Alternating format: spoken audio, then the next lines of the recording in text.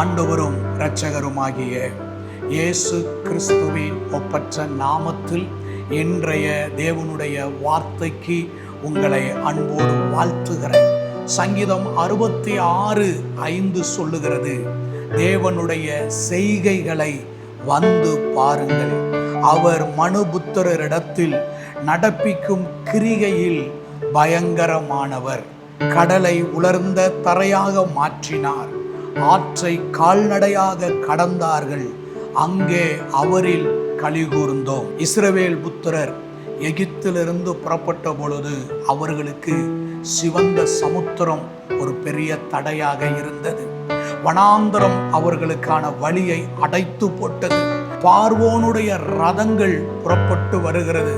இஸ்ரவேல் புத்திரர் ஒரு இக்கட்டுக்குள்ளாக மாட்டிக்கொண்டார்கள். இன்றைக்கு உங்கள் வாழ்க்கையில் கூட நீங்கள் சில இக்கட்டுகளில் மாட்டிக்கொண்டிருக்கலாம். முன்னோக்கி செல்வதற்கு பாதை இல்லாமல், பின்னோக்கி வருவதற்கு வாய்ப்புகள் இல்லாமல் நீங்கள் ஒரு நெருக்கத்திற்குள்ளாக மாட்டிக்கொண்டிருக்கலாம். உங்களுடைய நெருக்கத்தை கர்த்தர் அறிந்திருக்கிறார். இஸ்ரவேல் புத்திரருடைய நெருக்கத்தை கர்த்தர் அறிந்தார். இஸ்ரவேல் புத்திரர் கர்த்தரை நோக்கி கூப்பிட்டார்கள். நடந்தது என்ன? திறக்கப்படாத சமுத்திரத்துல ஒரு வெட்டாந்தரையை ஆண்டவர் உண்டு பண்ணி கொடுத்தார். இவர்கள் சத்துருவின் கையிலிருந்து தப்புவிக்கப்படும்படி துரத்தி கொண்டு வருகிற பார்வோனுடைய இராணுவம் இஸ்ரவேல் புத்திரர் தப்புவிக்கும்படி கர்த்தர் ஒரு பாதையை திறந்து கொடுத்தார். இன்றைக்கு அந்த ஆண்டவர் உயிரோடு இருக்கிறார். நீங்கள் உங்கள் வாழ்க்கையில் இருக்கிற நெருக்கத்திலிருந்து தப்புவிக்கப்படும்படி, மரணத்திலிருந்து தப்புவிக்கப்படும்படி, வியாதியிலிருந்து தப்புவிக்கப்படும்படி, கடன் பிரச்சனையிலிருந்து தப்புவிக்கப்படும்படி, தோல்வியிலிருந்து தப்புவிக்கப்படும்படி ஆண்டவர் உங்களுக்கு ஒரு பாதையை திறக்கிறார். உங்களுக்கு என்று அந்த பாதையை திறக்கிறார். நீங்கள் மாத்திரமே அந்த பாதையிலே பிரவேசித்து வர முடியும். இஸ்ரவேல் புத்திரர் கடலை உலர்ந்த தரையாக மாற்றி வெட்டாந்தரையில் நடப்பது போல அவர்கள் நடந்து வந்தார்கள்.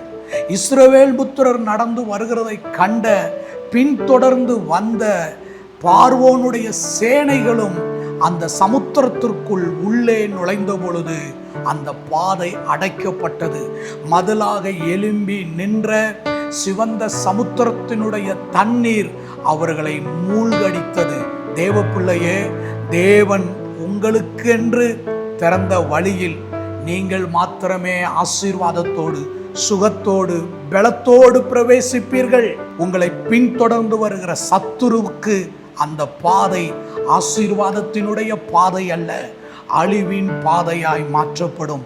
மொத்தத்தில் சத்துருவின் கையிலே தேவன் உங்களை ஒப்பு கொடுக்காதபடி விடுதலையாக்கி நடத்துவார். அன்பின் நல்ல ஆண்டவரே, இந்த நல்ல வேலைக்காக நாங்கள் உமக்கு நன்றி சொல்லுகிறோம். ஆண்டவரே, உம்முடைய செய்கைகளை நாங்கள் பார்க்கும்படி காத்திருக்கிறோம். ஆண்டவரே, எங்களுக்கு முன்னோக்கி செல்வதற்கு வழியை திறந்தருளும்.